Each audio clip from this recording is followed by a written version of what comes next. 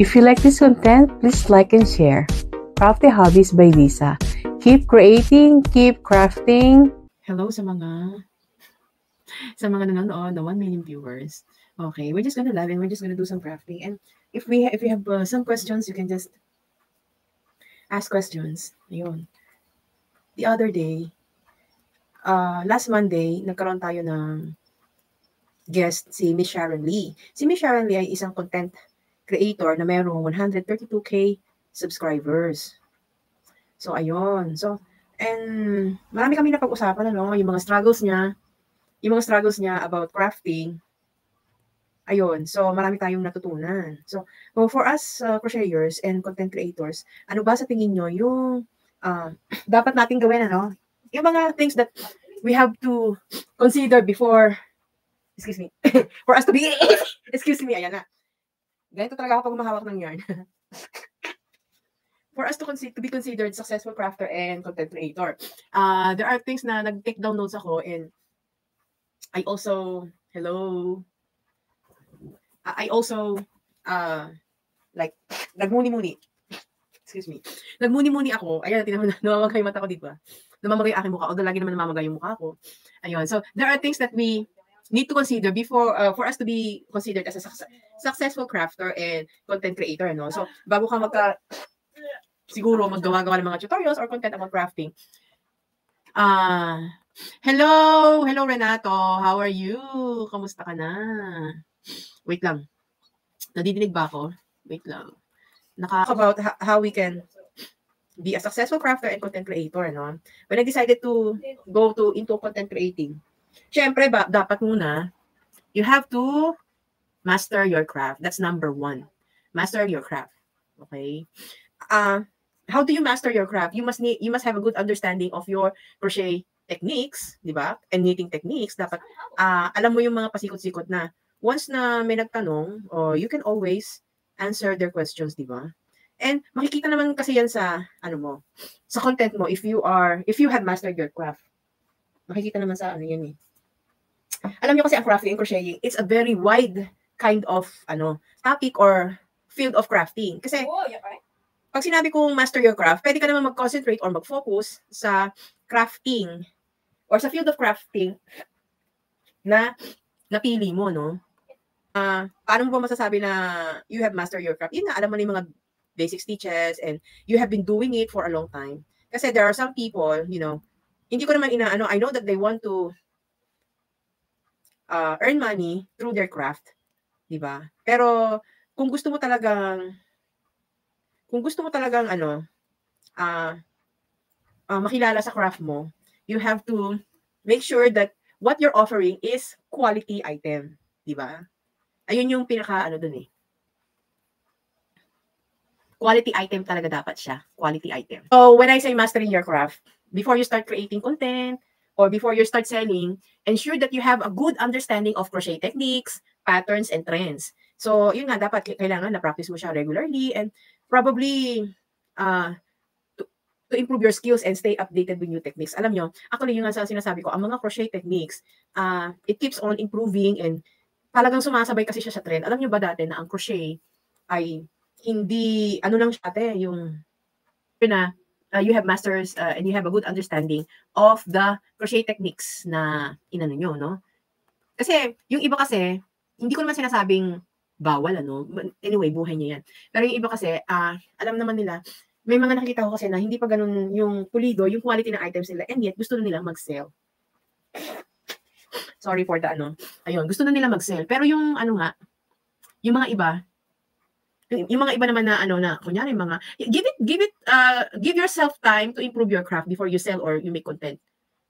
Or gawin niyo siyang career. Ako nga, I've been crafting. Sa crochet, I started learning crochet since I was in elementary school. I was like 10 years old. 10 years old. Sa crochet yun ha. Pero sa knitting, I started 2013. So sa knitting, almost 10 years na rin. O, di ba? Kaya hindi natin talaga. Hindi natin. Hi, Ate Christina. Hello. How are you? Nag-continental na ako. Medyo okay yung tension ko na lang. Yay! Nag-continental knitting ka na. Congratulations, ate. O, talagang inaate na po kita, ha? Yes. O, di ba, nakakaano siya, nakakatuwa naman. O, di ba, na-influensyahan kita ng continental knitting. And it's really mas maganda kasi nga, you're a crocheter. If you are a crocheter, practice na lang yan, ate. Or, can I just call you Mommy Christina? Practice na lang yan. Ano mo yan? Hello po. Hello, Elisa Santos Valera. Thank you for watching. Ayun nga, I'm talking about crafting, crochet, and knitting, and how to master your being a successful content creator and business if you have crochet business, Knit pearl, ginagawa ko rin. Uy, ako din! Appear! I'm doing the edging now. Medyo matatapos ko na yung etong blouse na to. Etong blouse na to, nasa, ay, hindi kita. OMG, ayan. Etong blouse na to, nasa ribbing na ako, knit and pearl. 1 by 1 ribbing. O, diba? Ayan. Maganda sana kung pwede kang i-invite din eh. Ayun. Hey, meron na akong kasama sa continental knitting. Meron na ako. Okay, you are the second person na nakilala ko na nagko-crochet and knit, Mommy Christina. Kasi una si Renato eh. Traditional or English knitter ako, masanay ako kaysa sa continental. Wala namang yung, ang mahalaga, nag-crochet and nag-knit ka, marunong ko mag-knit. Ano mo, ang mahalaga, nag-knit tayo, nag-crafting tayo lahat. Yes, Mami Tina na lang. Yan din madala. Yes, Mami Tina na lang. Mas maganda. Ako kasi, madalas tawag po sa akin is Mami Lee. Mami Lee, and then I'm gonna call you Mami Tina. And then, ito naman si Renato, we call him Kuya Nato na lang. Kuya Nato. O, diba? Kahit anong edad, yung as a sign of respect lang naman, wala sa edad yan but as a sign of respect, and may konting lambing because we are all crafters and we treat each other like family. So, parang kuya, ate, kung mami ka na, pwede ng mami. O, diba? Okay. Saan ba ako? Yes, Mami Tina na lang. And yung crop top ko kasi na ginagawa ko, bottom pataas eh. That's nice. Ako naman kasi nagsimula ako sa neck to neck down. Ayan. Gusto ko din matuto kaso hindi ko matutukan, Mami Lee. Okay lang po. Maybe hulaan ko. Hindi ka makatuto kasi you are busy with other things. Kasi hindi mo naman maano talaga. Alam mo, especially when you're a mom. Actually, ngayon na lang talaga ako nakaka-concentrate sa crafting ko kasi nga, malalaki na yung anak ko na bigyan mo sila ng cellphone. Sige yan. Kaya ngayon, ang ginagawa ko is yung gadget time ng mga anak ko, gadget time nila. 2 hours sila pwede mag-cellphone, gadget, ganyan. Yun din ang time kong magla-live, which is 3 to 5 p.m. in the afternoon dito sa time namin dito sa Korea, which is around 2 to 4 o'clock dyan sa Pilipinas. Sa Pilipinas. So, ayun nga. Kaya yun ang ko. Kasi kapag pag mami ka na, you have a lot of responsibilities at home, especially kung baby pa, di ba? Hindi ka pwede makapag-craft if ikaw ay isang mami na meron pang inaalagaan na maliit. Alam niyo ako, nung baby pa yung aking bunso o yung mga anak ko, kasi 2 years gap lang sila, hindi ako makapag-crochet, hindi ako makapag-knit. Nakakapag-crafting lang ako kapag tulog na sila. Di ba? So, if you are a mom and kung may work ka pa, hindi mo talaga matututukan ang crafting. Kaya, and it's okay. Do not feel disappointed or frustrated na gusto ko matuto lang ganyan, pero hindi ko mabigyan ng time. It's okay. Just enjoy your moment of being a mom, a full-time mom, kasi hindi mo maano yan eh. Wait. Ang dami ng comments. Hello Pipa, hello sa'yo. Shout out Pipa, hello sa'yo. Ayan na shout out na kita. After ng knitting, bobbin lace naman ang next research. Uy, kuya na to, sobra na yan ha. Ako hanggang knitting and na lang. Siguro, actually, I want to try yung punch needle. Pero gusto ko yung may, yung punch gun ba yun? Meron akong nakita na super portable na machine tufting gun. Ayun. Machine tufting gun, super affordable. Hindi siya super affordable. Hindi siya affordable, medyo may kamahalan. Pero nakita ko lang siya. Pero hindi siya mabigat. And portable pa siya. Portable pala. Yung parang kasing gaan lang siya ng glue gun. Ang ganda. Nakita ko sa isang ad sa Facebook. Pero medyo mahal eh. Siguro pag mayaman ako, bibilin ko siya. Ayun. Nag-sewing din ako, nag-embroidery. Yes! Ay, mami! Ay, nako, ako may sewing machine ako dito, nasa baba. Nabali yung karayom. Hindi ko na naharap. Kasi hindi ko alam kung paano ikabit yung karayom. Meron pa ako tinatanong eh. Okay, shoutout tayo. Dami ng comments. Hello, Mami S! Punta ka sa Black App. Mag-chikahan tayo dito. Hanggang, 1 hour live. Cross-stitch, yes. Oy, I also tried cross-stitch and may mga nagawa na ako mga cross-stitch dati. Kasi noong mga 90s, di ba, uso yung cross-stitch dati. May knitting needles ako. Natulog ko na dati yung basic knitting na nakalimutan ko sa tagal. Kapag po kasi gagawin ko na siya, bigla may MTO na dadating na crochet. O di ba? O harapin muna ang MTO, harapin muna ang business bago mag-aral ng iba pang chorba. Mag-aral ng iba, mag-focus sa ibang bagay. Okay? Ako din pag free time ko lang, di ako nag-commission. Di ko kasi di ko kaya mag full time. Oo, mahirap talaga lalo may inaalagaan ka. Okay? Ang daming comments. Nag-punch needle. O di ba? I think when you are a crafter, lahat ng klase ng crafting gusto mong subukan eh. Paggabi lang ako nagagansilyo after ng trabaho para iwas sa pasma. Ha? Yes. Oo, tama. Ako naman, mga 1 hour lang ako. Basta 1 hour tapos papahinga kasi hindi mo maiwasan. Syempre pag mami ka, likpit dyan, likpit dito. So kung magtatagal ka ng crafting, yung like more than 1 hour or like 3 hours, pagod yung kamay mo tapos magbabasa, hindi mo kasi maiwasan pag nanay ka, magbabasa ka ng kamay, di ba? On rugs pag machine siya. Yes, Mami Christina. More on rugs nga. Pero parang nakakaano man yung crafting ng ano. Ikaw, Mami Eds, anong mga other crafts ang tinatry mo? Wala pa. Yung ano lang talaga, yung knitting, kaya lang naninigas yung daliri ko. Hindi, pero pag alam mo, pag ano ka na, kapag marunong ka na mag-crochet, ano na yun eh, given na yun na matututo ka kagad, i-try mo yung continental knitting nga. Hindi pa ako nakapag-ano ng knitting. Pero ang dami kong ano dito, yung, anong tawag dito? Knitting needles. Yun, ganda naman. Diba? Ayan. Gumagawa ako ng ano, yung ano ng aking granddaughter. Hoy, I know that stitch. That's the crocodile stitch. Favorite ko kasi yung stitch na yun. Mermaid tail. Ay, mermaid tail. That's nice. Ayun. Mag-isang buwan na sa ano eh. Saan? Sa linggo. Akala ko yung whip mo isang buwan na. Hindi, mag-iisang buwan yung aking ano sa linggo. Yung baby. Ay, yung apo mo. Kaya nga, sabi ko yung aking granddaughter. Lola, oo nga. Oh my gosh, hindi ako nakikinig. Kasi nag-ano kami. Oh, Lola ka na. Lola, yes. Itatawa ko ba yun? Ano ba? Hindi Lola eh. Ano yun? Mamu. Di ba yung mga Lola, di ba Mamu? Instead na Mami Mamu. Oy, Mamu ka na. Di ba? My God. Yes.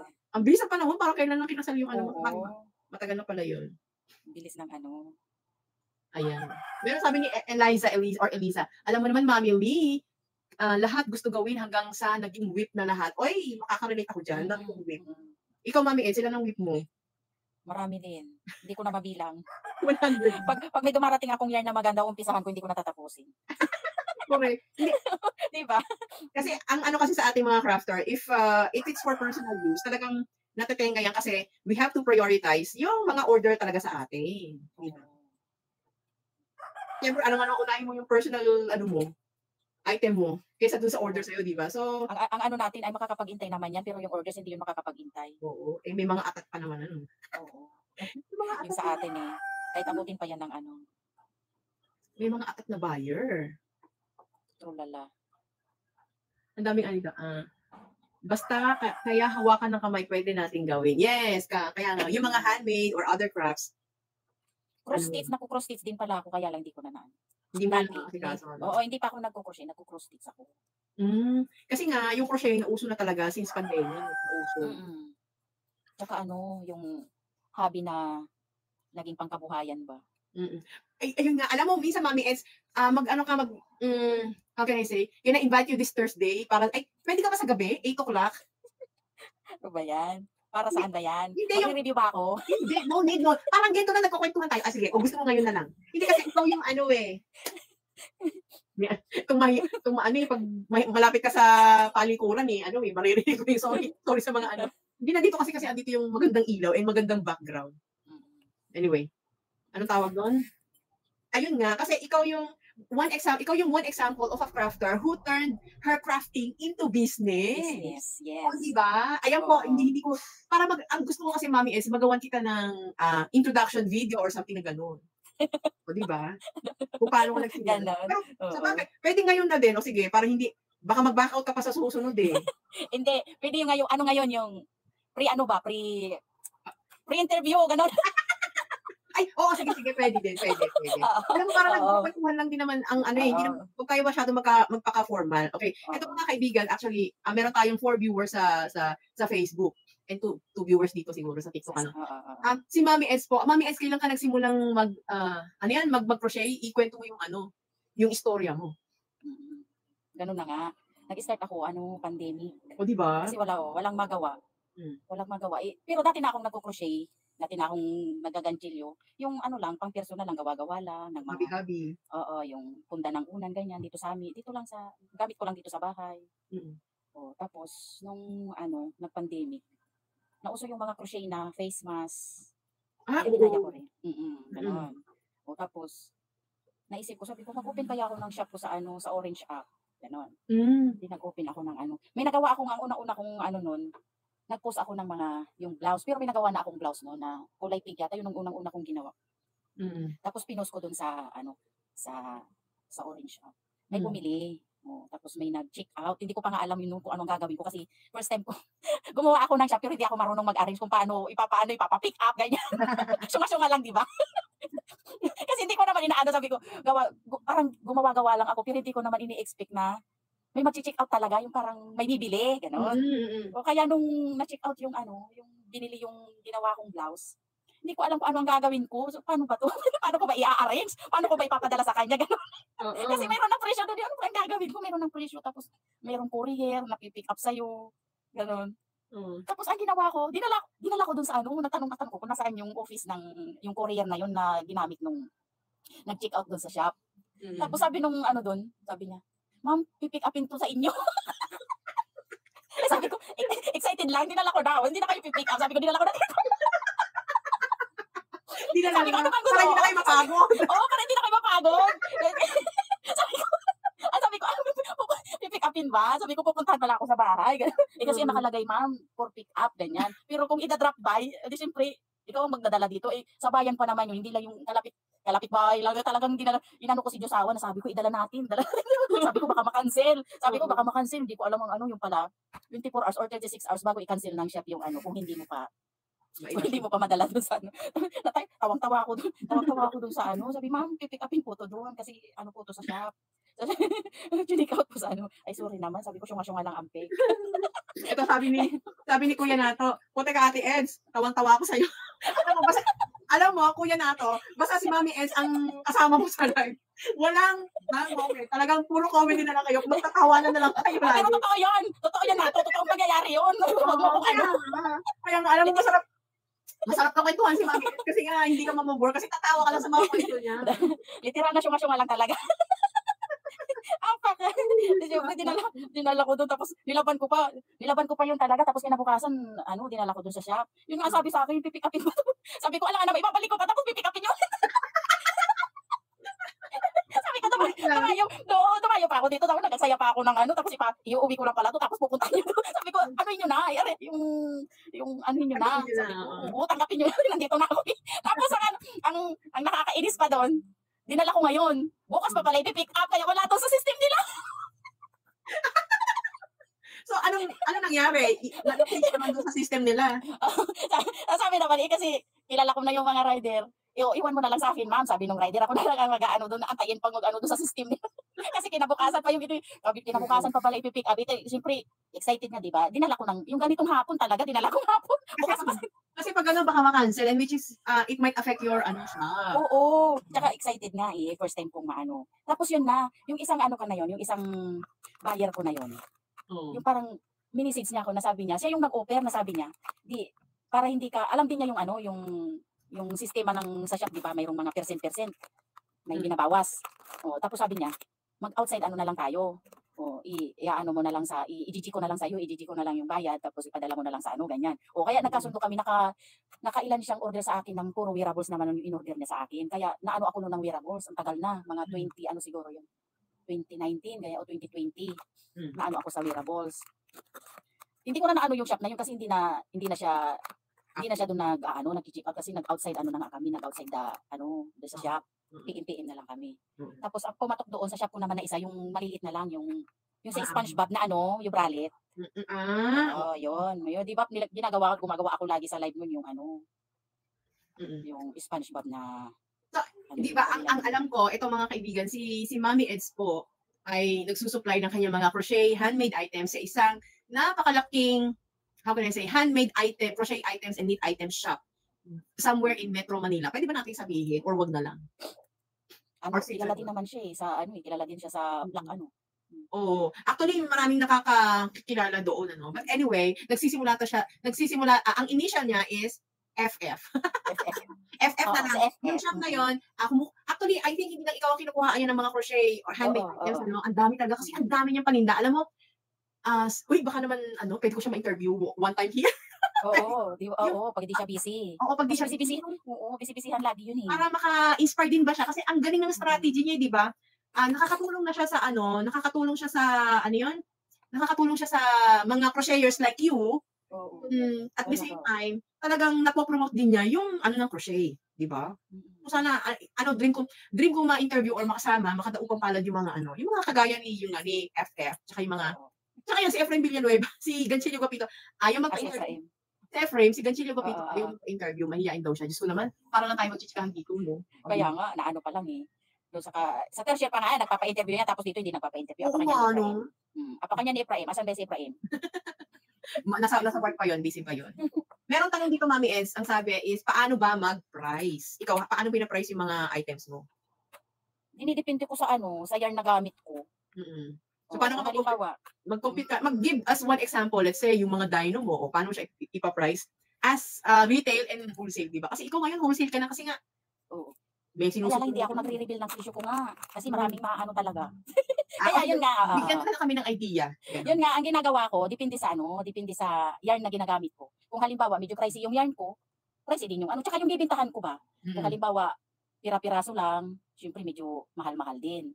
Pero kung medyo bultukan, halimbawa, 100 pieces ganyan, tsaka tinitinda rin niya, kung halimbawa tinitinda rin niya, give and take, yung bigyan mo siya ng makatarungan na presyo, syempre, kasi binibinta rin niya, gano'n. Kung binibinta rin, medyo, yung mag-ano ka rin na hindi ka lugi. Oo, hindi ka lugi, hindi rin siya malulugi. Kasi mas mas, yung parang, ano ba to? Kasi siya, bibili siya ng, ibibenta niya, magbabayad pa siya sa stall ba, yung sa mga, tayo, nandito tayo sa bahay, gagawa tayo kung kailan lang natin, tapos nandyan na yung mga yarns natin. Yung gano'n, yung hindi siya malulugi, hindi ka rin malulugi. Oo. Isa ang iniisip ko, yung siya talagang iniisip ko na, yung mas na hindi siya malulugi kasi iniisip ko, yung nagbabayad nga siya ng pwesto, magbabayad pa siya ng mga tao niya, tapos tataasan mo pa yung price mo, wala na. Tsaka hindi ka nababalikan kung hindi ka nababalikan kung halimbawa, isasagad mo yung sa kanya, yung pagpresyo mo sa kanya. Ganun. And to think na yung mga nagbabayad na mga shop, pag nire-resell yung mga items mo is, andun yung halimbawa, yung mga miscellaneous expenses, yung renta sa pwesto, yung, speaking of, eto, yung Mami Myra, o sige, invite natin si Mami Myra, hello.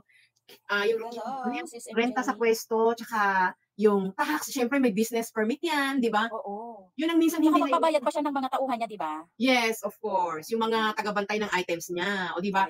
Kaya sana yung mga buyers ng mga handmade crochet items and knitted items, sana wag ho kayong mambarat sa mga crochet items na binibili niyo kasi nga it comes with a lot of factors dun sa pricing na yon. Kasi unang-una handmade yan. Pangalawa, syempre hindi naman gagamit ng pipitsuging materials, di ba? Pangalawa, yung mga may pwesto. Kasi yung iba, ba't doon sa orange shop mura lang. Malay mo sa bahay lang naman siya nagtitinda. Yung binibilhan mo, merong pwesto, nagbabayad ng renta, nagbabayad ng tagabantay, merong tax pa yan, di ba?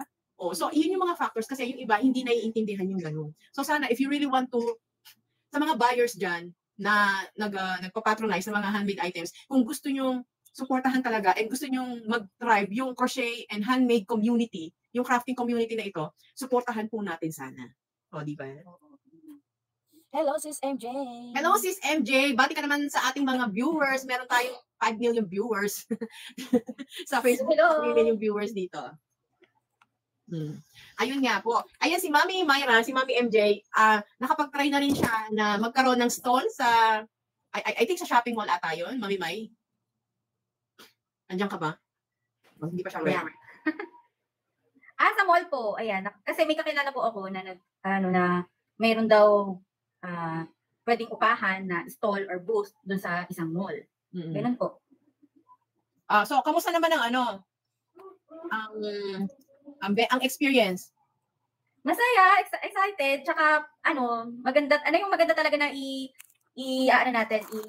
tawag yan? Tawag sa term na yun.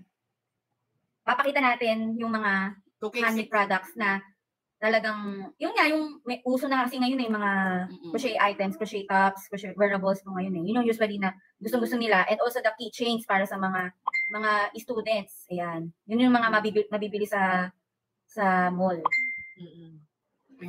So, marami ka bang nabenta? Ilang weeks yung experience mo? 2 weeks lang 2 weeks lang po siya. Hindi na ba mauulit yun?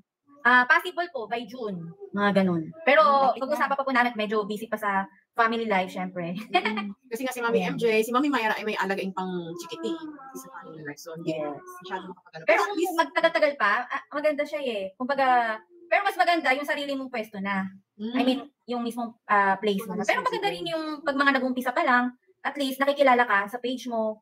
And more on online talaga siya. So, nakikita nila yung pwesto mo, yung mga hindi nakakapunta ng physically, face-to-face. Pero iba kasi yung feeling na binibenta mo, sino-showcase mo lahat ng mga crochet items mo, lalo na crochet items mo sa mga tao. Iba yung feeling din na nakikita mo yung totoong reaction nila. Diba? Iba kasi yung reaction na yun, nilalike lang yung photo mo, yung mga gawa mo sa iba-ibang social media platforms. Mas iba, kakaiba talaga pag face-to-face siyang nakikita yung reaction ng mga tao. Correct. Yeah. Mas iba talaga, nasa-showcase mo. Kasi kapag may pwesto ka, yung mga, kasi yung iba hindi naman nag-social media, di ba? Hindi lahat ng tao is active sa social media and hindi lahat ng tao may nag-search ng ganun. Kaya mas maganda rin yung kapag nasa mall ka, kumbaga, or may pwesto ka sa labas, di ba? Sa mataong lugar, parang madadagdagan yung followers mo. Kumbaga, parang na-introduce mo sa kanila yung business mo, yung ginagawa mo, tsaka yung mga items mo. Ay, meron pa lang ganito. Ay, pwede pa lang yung ganyan, ganito. So, it's also a way of introducing your business to the people in your particular area. Kasi usually, di ba, minsan, ikaw, Mami Eds, yung mga umu-order sa'yo, di ba, hindi naman taga dyan sa inyo, kadalasan? Oo, kadalasan, hindi talaga taga dito sa amin. Oo. Kaya tawag doon? Hindi mo rin masabi talaga. Kaya maganda talaga na i-showcase natin yung, yung mga handmade items natin sa tao na same area ng kung saan tayo nakatira or sa natin, that particular province or neighborhood, para makilala ka, di ba? Para yung reaction nila, para maano mo din yung reaction nila, hindi yung sa ratings lang ng mga sa shop, di ba? Oo. Hello, sis MJ. Yan, ang ganda naman ng ating mga guests. Ayan. Hello, Jam. Nasa Facebook si Jam. Si Jam din po ay isang crocheter and business owner na din yan si Jam. Alam niyo ba na si Jam ay, super duper busy daw. Sabi ko, Jam, hindi ka na nagla-live sa Black App. Sabi niya, ay sorry mami, may hinahabol po ako mga MTO. Sabi ko, wow, congrats. Sabi ko, ako na lang yung hindi busy. Oo. Di ba? Busy yan na yan si Jam Oo. Jam, join ka sa amin dito. Nakamute ka, sis. Nakamute ka, Ayan, si Jam, yung mga items din yan. Lalo na yung chunky bag niya, di ba? Kasi binigay niya sa akin yon. So, ako yung para kasi sa booth yon. So, yun, nabenta ko din yon. Ay, talaga? O sige, magsusupply ako. Yun nga, Mami Lee. Kasi, ang hirap kasi pag wala kang maraming budget, alam niyo naman ako dati, pag may budget ako, paldong-paldo ako, talagang ngayon kasi alam niyo naman, my story. Kaya medyo, higpit sintron, ganon. Hindi, nagigipit ako, pero tsaka, ngayon, tsaka, yung box, yung ibabayad ko, tsaka yung mga items, hindi na ako humingi kay Habi kasi ayokong may masabi siya sa akin kasi nga, di ba? because of me, kaya nangyari yun. So, kaya ngayon, as in, tinitipid ko paunti-unti, pero ang siste kasi, pag meron ka mga junakis na ganyan, yun, syempre, mabili mo ko ganyan, yung budget niyo sa bahay is minsan kulang pa. So, paano ka makakapag-ipon na extra? So, pero ngayon, meron akong nakita na parang sideline, na yun, iniipon ko para makapagsimula uli. So, ayan, baka mga... nagtinda-tinda ka na noon, Mamili? Opo. Hindi na yun Ay, alin, ng crochet items ni? Oo. Alam mo ba, dun sa park yun, lang yun, one day, one day, lang yun, ni? One day affair. One day event lang siya kasi Sakura Festival noon, Tapos, actually, although nakabenta ako, siguro nakabenta ako ng mga nasa 2K pesos equivalent. Tapos, biglang may dumating ng mga naka-walkie-talkie, sabi sa akin, bawal magtinda na! Nasita tayo. Nagkataon pa, wala yung asawa ko, tsaka yung mga anak ko, kasi bumili sila ng ice cream. So, ako lang nandun sa peso, sabi kasi nung asawa ko, tara, bili tayo ice cream. Sabi ko, sige, hindi. Dito kasi nga, nagbabante ako kanina yung pwesto namin. Kasi, yun yung nagpipiknik kami noon, so naglagay lang ako ng table, tsaka ako nilagay yung paninda ko. Tapos, biglang, maya-maya, ayun nga, nung umalis yung asawa ko tsaka yung mga bata para bumili ng ice cream, ayun nga, may dumating na. Sabi ko, pambihira, nagkatampong mo na yung asawa ko. Tapos yung, pinalikpik lang, buti, hindi naman ako, wala naman sila. Oo. Tsaka hindi kinuha yung mga items mo, gano'n. Oo, yun nga. Oo, tapos niligpit ko lahat. Tapos talagang nakatingin yung nakatingin dalawang lalaki. Nakatingin silang dalawa, talagang hinintay nila maligpit ko lahat, tsaka maitikip ko yung folding table. Oo. Pero ako, hindi ako, natatawa lang ako. Tawang-tawa talaga ako. Tawa yung sarili ko. First time na magtinda, tapos ganun pa. Oo. Hello, Nato. Hello, Nato. Hello.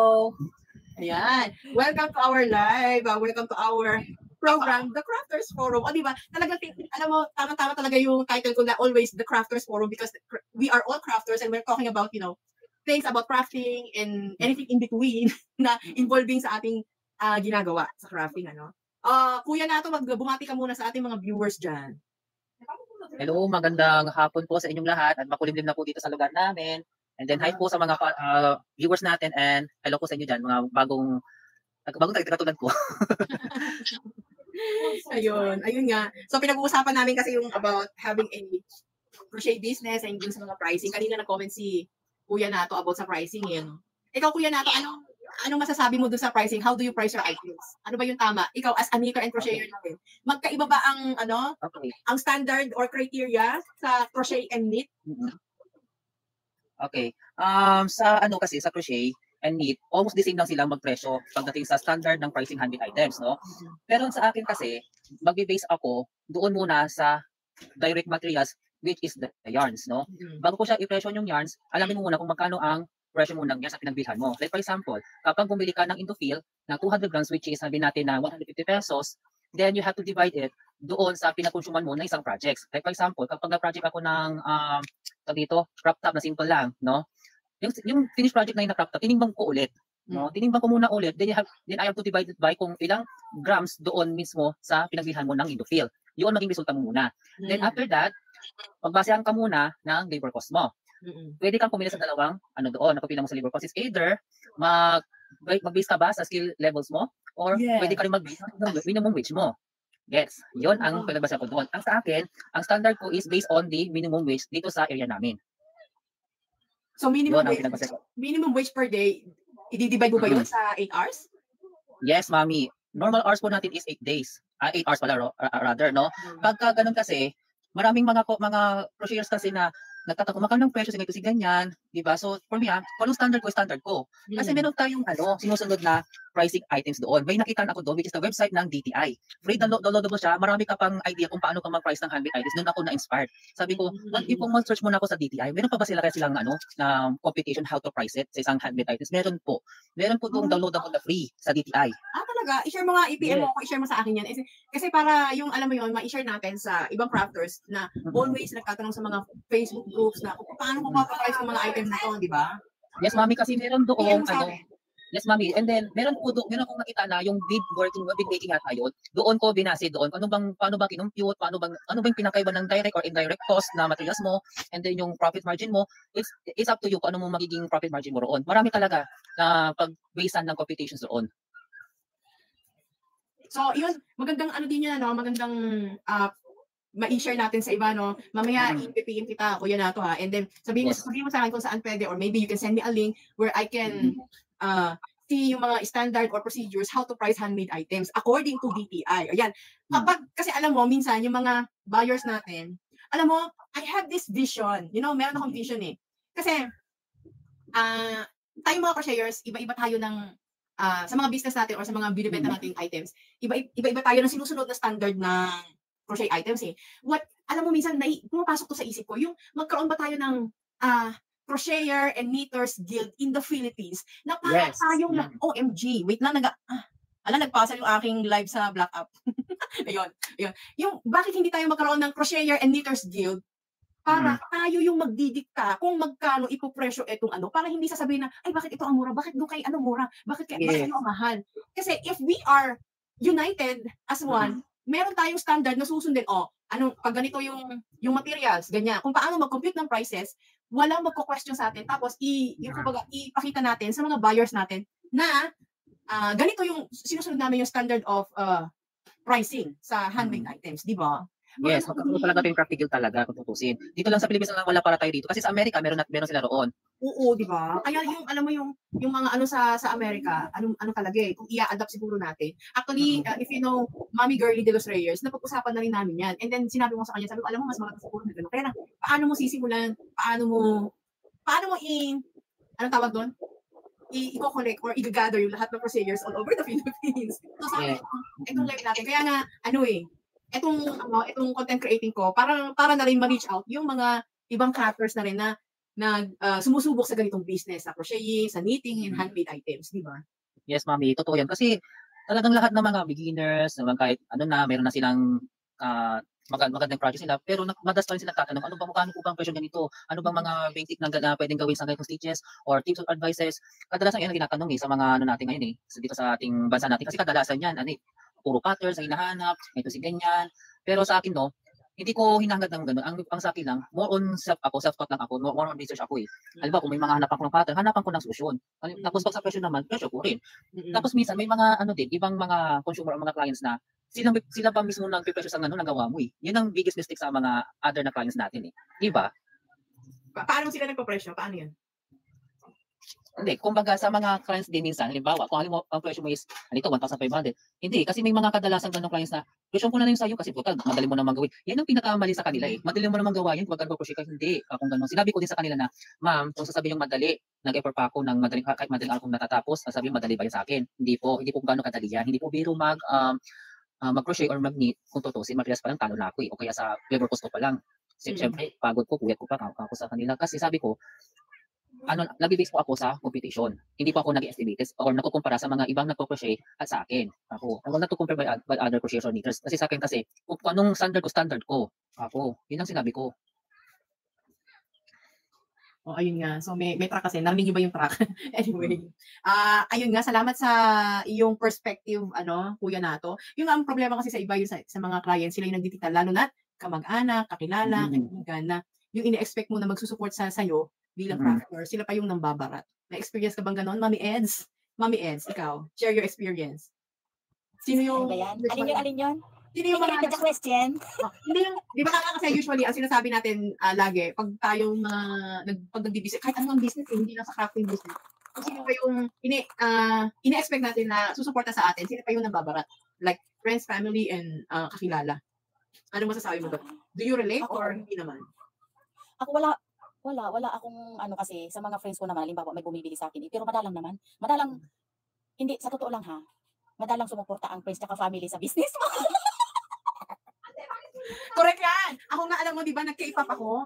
Siguro, noong nagsisimula ako, wala namang bumibili sa aking mga kakilala or something. Puro ang mga big customers ko, hindi ko kilala personally Nakilala ko talaga sa Blue App. Dito sa Facebook. As in, yung mga ang number one, eto, totoo to, yung real talk to. Number one na hindi susuporta sa'yo. Oo, talaga.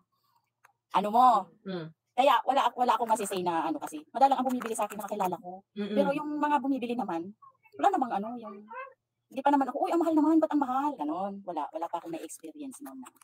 Kaya wala akong comment doon sa ayun nga. Kaya nga, yun ang natin mga crafters na kung sino pa nga yung in-expect mo susuporta sa'yo, wala kang makukuha ng suporta. Kaya nga, you just continue, do your thing. Kahit saan namang business, mamili, kung halimbawa, kahit saan namang business na hindi lang sa ating mga handmade maker, ganyan.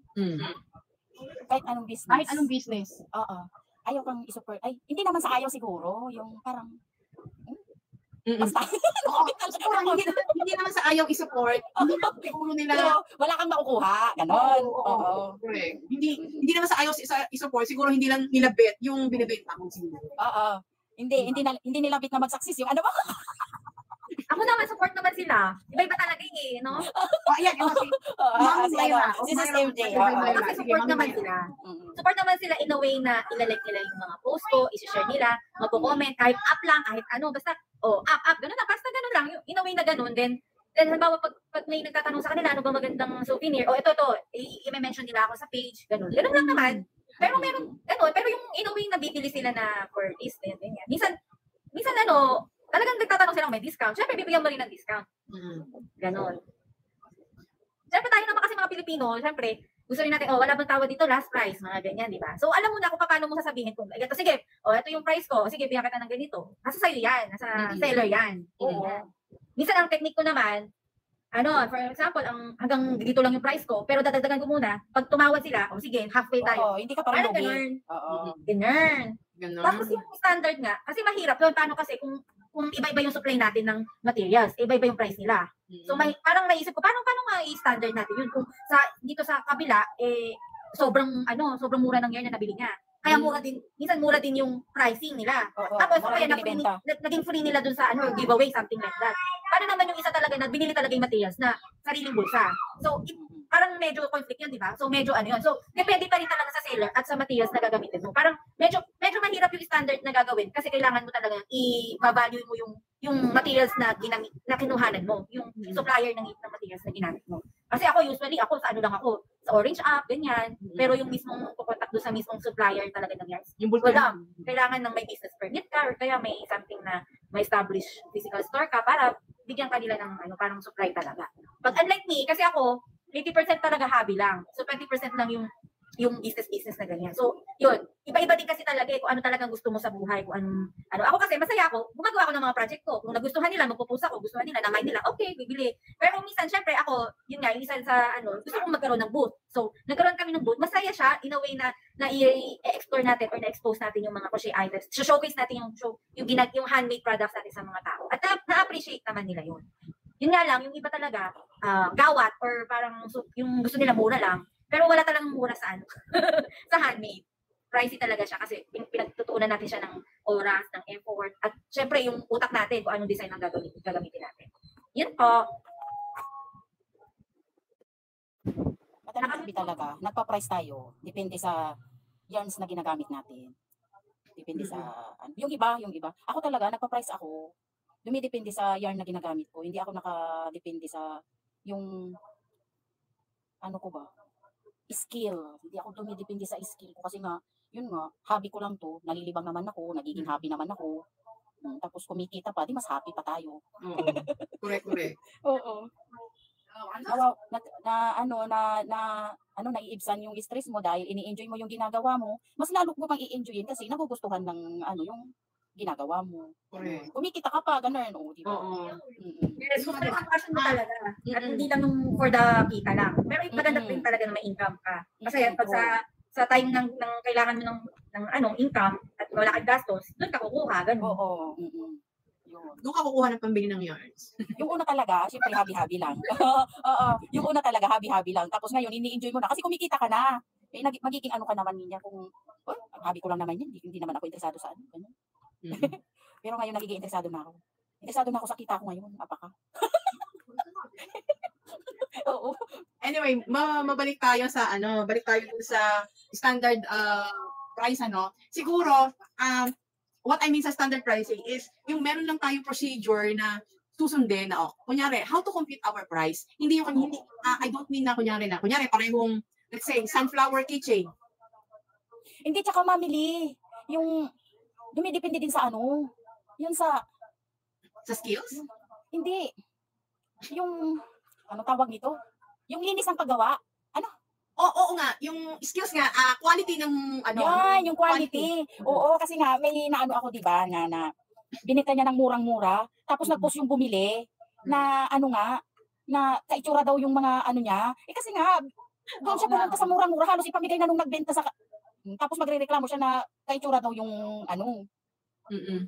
Oo, dun sa meron, anong tawag doon? Yung merong bumili, yung sa tulip ba yun? Oo. Yung merong bumili ng tulip, bultuhan na tulip, na sobrang mura, tapos... Tsaka yung sunflower, di ba? Na halos dinikit-dikit lang yung Oo, dinikit lang yung natanggal yung mga tangkay, di ba? Oo. Di ba? Nakakasira din yun ng kumbaga sa ating mga crafters din, yung nakakasira din yung mga ganun na, Nakakasira ng reputasyon. Oo, ng image. Naman, sa earrings naman kasi, syempre, medyo may mga ma-arte sa earrings. Ako rin, pag hindi totoo yung earrings. Oo. Ganun. O kaya, medyo ma-arte yung kahit fancy siya. Ako kasi fancy, pero hindi ko siya tinatagalan talaga. Kailangan totoo yung gold or something like that na tawag doon. Anong tawag na doon? Yung hindi non-allergic material. Ganun. So, yung fiber sensitivity. ayun. May bumili sa akin, o sige, check ko muna isa. Ayan, chinek muna niya. Bumili muna siya ng isang pair ng earrings. Okay. After niyang ma-receive at saka chinek niya, sige, kukuha pa ako ng 5. O, di ba? Mga ganun. So, yung iba kasi chinecheck mo na yung quality. So, ano, yun. Pag maganda yung quality mo, talagang binigay mo yung ano mo, yung effort mo talaga doon na talagang, ano. Kasi, ikaw, nasa sayo na bago mo siya i-ibenta, check mo na paano mo, kung matibay ba to o isang gamitan lang wala na yung kakawitan. Ganun, parang ganun. So, yun. Quality talaga ng ginawa yung mismo product na. Tsaka hindi na yung order sa'yo ulit kung hindi niya nagustuhan yung ano mo, yung craft mo. Siyempre pati ang negosyo mo niyan kung bara-bara yung paggawa mo, di ba? Mawawalan ka ng customer. Tama po. Tsaka hindi agad-agad magbebenta. Dapat pag-aralan mo muna lahat. Yung quality mo. Siyempre, i-hone mo muna yung skills mo dun sa crochet. Hindi yung gusto mo makabenta agad. Ganun lang. Sa mga nagbabalak na magbenta. Or mga new crocheter or new beginners sa crochet at gustong pumasok sa crochet business, kailangan i-hone nyo muna yung skills nyo. Kung bawa, pag ikaw, ang skill mo is sayaw. Paano ka magtuturo ng sayaw kung hindi mo alam yung basic steps, di ba? So tayo rin, mga bago pa lang, dapat alam na natin yung mga basic talaga. At saka, kung quality pag-aralan na munang mabuti. Pag-aralan na munang mabuti na hindi, ang pag-crochet pa naman, hindi yan bara-bara na talagang pinagtutuunan mo yan ng pasensya ba? Kaya nga, huwag nyo kaming babaratin, lalo kung nakikita nyo naman na quality naman yung ginagawa namin. Meron comment dito si Mami Christina sa Facebook. Doon pa nga lang sa actual na paggawa, ang hirap na. Kahit maliit lang, literal na dugo at pawis ang ginugugol sa bawat project. Tapos may comment pa kayo. Yung masasabi. So sana, mahalin nyo po yung mga handmade items namin and supportahan nyo. Diba? At mahalin. Kasi syempre, depende naman sa quality yan eh. Kung alam niyo naman na quality yung ino-offer ng isang crafter sa inyo, so sana supportahan natin. Yan ang mga hinaing ng mga crafters na katulad natin. Puro kayo na nga ang galiri. Questionin pa yung gawa. Naku, ang sarap ipalunok sa kanila. Diba? So, marami tayong, how do you call this, mga hinaing as a crafter, yung mga experiences natin sa pricing. Yan sa mga crochet business nga na ganyan. Sa pricing, sa mga namimit nating customers, sa mga kasi hindi natin alam minsan kung sino yung magsusupport or hindi. So, talaga. Kahit naman sa business, risky talaga yan, risky business, no? So, ang lang is sa palaran. Oo, sa palaran talaga. Pero Mami Es, ano yung natutunan mo dun sa mga experiences mo? Ano yung natutunan mo? Sa experiences mo na ngayon na, kasi regular na yung mga MTOs mo, di ba? Bigyan mo nga kami ng idea kung gaano hindi sa presyo I'm not asking yung mga about money, but I'm asking kung ilang pieces ang mga orders mo in a week. Kunyari. Hindi, ano ba yung specific na yung Hindi naman specific. Kunyari, mga ilang pieces ang order mo this week, ganon. Ngayon kasi, ang order ko ngayon, kunti lang. Kailangan daw niya bago daw mag-John 10. John 10 tuloy. Bago daw mag-John 10, nasa kanya na. Pero yung rumble na kung ilang daw yung magawa ko. Maraming karakter ng parang heroes yun. Kaya aanuin ko pa. Yung pinaka-aral. Isa pa yun, isa pa yun sa ating mga crafter. Yung, bibigyan tayo ng yung, eto gawin mo to. Hindi naman yung crochet. Tapos mapakita yung picture sa'yo. Di ba? Nagiging yung mind natin, yung nagiging tayo, di ba? Nagiging creative tayo in our way. Oo. Di ba? Tapos, bibigyan ka ng picture, tapos hindi naman yung crochet, tapos gagawin mong crochet. Saan ka pa? Doon tayo. Ayun, di ba? Doon tayo na. Tapos minsan yung iba, knitted naman. Buti kung lahat ng crocheters marunong mag-knit. Di ba? Yung iba knitted, pero papagaya sa'yo. Crochet, kaya nga, crochet. Nahirap. Kaya nga ako hindi ako marunong mag-knit. Pero, binigyan niya ako ng, kaya sinesearch ko na lang sa Red App na how to crochet yung mga heroes na ganyan. O saka na ako magpa-price sa kanya kung nagawa ko na yung mga items. Ganun ako, yung gagawin ko muna kung halimbawa, ilan yung naksaya kung tapos sa isang oras kung nakakailan ako or sa isang araw kung nakakailan ako, doon ko na i-calculate yung hindi ako malulugi na dapat kumita ako sa loob ng isang araw ganyan. Ganon. Yeah. Meron sinasabi si Mami Christina, true, kala nila magician tayo. Magician talaga tayo, Mami Christina. Magician tayo. Magician tayo. We make beautiful things out of yarn or thread. Diba? Nagiging magician tayo. Gumaganyan-ganyan yung mga kamay natin, tapos maya-maya nakabuo na tayo. Correct. Pero akala nila, yung pagiging magician natin ay isang snap of a finger. Snap lang. Isang snap. Akala nila napakadali lang. Yun lang. So, Pinagbubuhusan din natin yan ng time. Halos, correct. ako pa naman pag inumpisahan ko yan ng hanggat hindi ko natatapos. Yun ang ko hanggat hindi ko natatapos, hindi ko tinitigilan talaga. Hanggat hindi ko nakikita yung yung output niya, yung outcome niya, hindi ko tinitigilan. Oo. Oo. Diba? Kaya hindi rin natin masabi na yung dedication ng crafter kasi tsaka may iba-iba tayo may mga crafter na talagang dedicated sa craft nila. Meron naman na sabihin natin nakikisabay lang sa puso. Yun ang diba? Isa pa yan.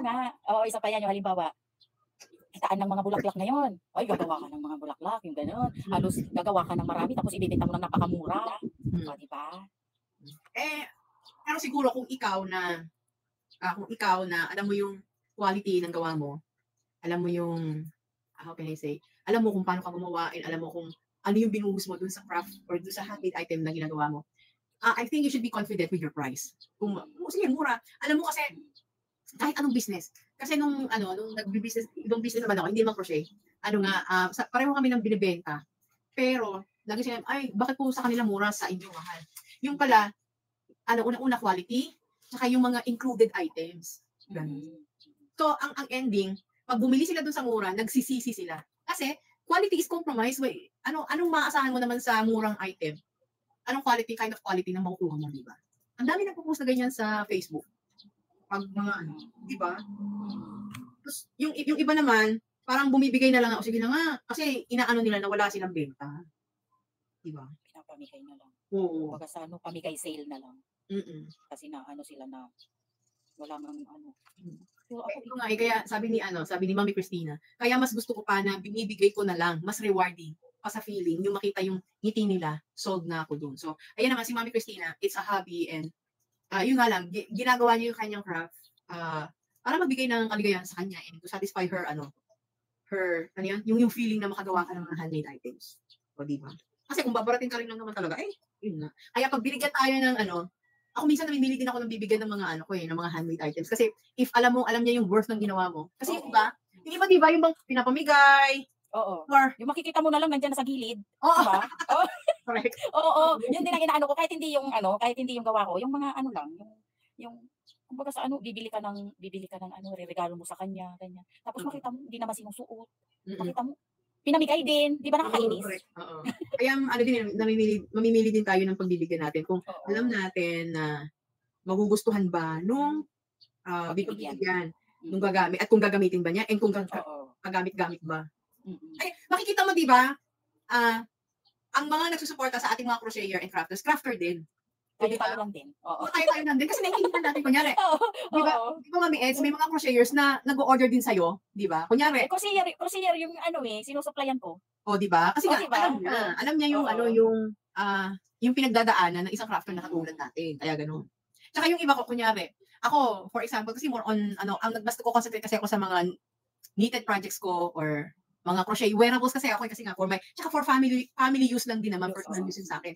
So, pag may gusto akong like one time, bumili ako ng, alam mo yung, nagustuhan kong BT21 na doll, bumili ako kay Gab. Di ba sa bumili ako sa kanya ng dalawa kasi binigay ko dun sa dalawang anak ko kasi nakita na ako. Kasi yung mga ganun, kasi hindi ko kayang gawin yung amigurumi kaya wala akong tiyaga dun. Mas nag-enjoy kasi ako sa wearables. Wearables. Kaya ganun.